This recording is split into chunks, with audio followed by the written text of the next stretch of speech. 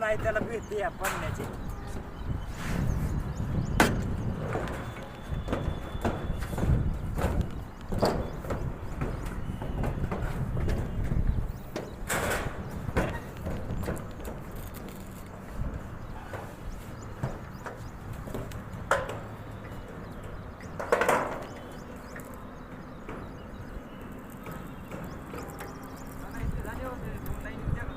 ते झाल्या सिलिकॉन लावा ना. आता तुम्हाला एक लाईन बसवून देतो, बसवत बसा पॅनल.